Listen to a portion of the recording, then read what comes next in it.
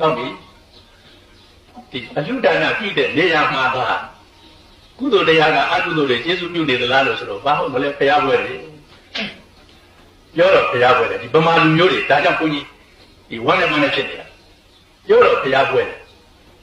ဒီခေါင်းဆောင်လုပ်တဲ့ဖျားလူကြီးကဒီထက်မှာ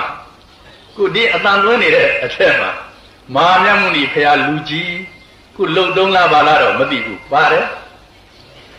ဟုတ်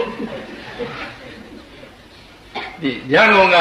ရွှေရကုံဖျားလူကြီးသူကတော့လုံတုံးပါတယ်ဒီဖျားလူကြီးတွေက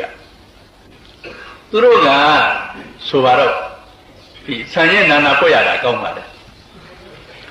သူတို့ကကုသိုလ်ရတာမရတာတဲ့ဖျားပွက်လူစီတာမစီတာကသူတို့အရေးကြီးနေတယ်လူစီဖို့အရေးကြီးတယ်လူစီဖို့ဆိုတော့ပွဲကဘယ်နှပွဲလောက်တော့ဟောထည့်ရမှာပဲကိုပွဲကလေးနဲ့ဘာကိစ္စကလေးကထည့်ရမှာပဲကိုထည့်လိုက်ကြတာ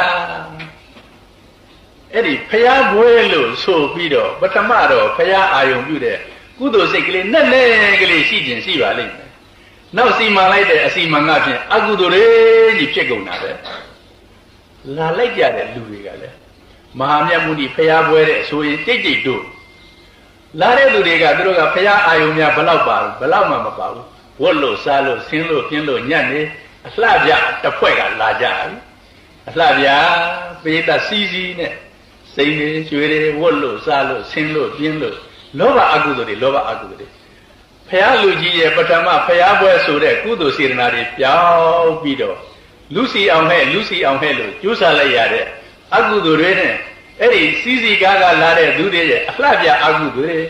စီစီကားကလူတွေကိုအကြည့်ထဲမှာတော့ထုံးကြီးတွေရောပါရောတကယ်အကြည့်အကုသိုလ်တွေဖြစ်နေလိုက်ပုံ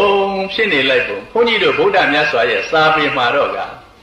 ဖျားပွဲအကြီးအကျယ်လုပ်လို့ရှိရင်ဘုန်းကြီးတွေဖျားမသွားရဘူးမသွားကောင်းဘူးတလို့ကိုတားစီတော်မူတယ်အဲ့တော့ဘုန်းကြီးဆိုင်ရာမို့လို့ဘုန်းကြီးတွေတားစီတာလူတွေလည်းမသွားကောင်းဘူးဖျားပွဲအကြီးအကျယ်လုပ်နေတဲ့အချိန်မှာအမျိုးသမီးအမျိုးသားတွေမသွားကောင်းဘူးဘာဖြစ်လို့သွားရင်ငရဲကြည့်မယ်လေအကုသိုလ်ဖြစ်မှာလေအဲ့ဒါကြောင့်စာထဲမှာဘုန်းကြီးတွေမသွားရလူတွေလည်းမသွားကောင်းဒီခုဗမာနိုင်ငံဖျားပွဲတွေဘယ်နဲ့ဖြစ်နေကြတော့နာမည်ကတော့ဖျားပွဲလို့ဆိုပါတယ်ဘယ်နဲ့လဲအကုသိုလ်ပွဲတွေပါလားကြည်စမ်းဒီဇောဆိုတဲ့ဥစ္စာလေကုသိုလ်ဖြစ်ရင်ဖြစ်မဖြစ်အကုသိုလ်ကုသိုလ်အကုသိုလ်ကုသိုလ်အကုသိုလ်ရည်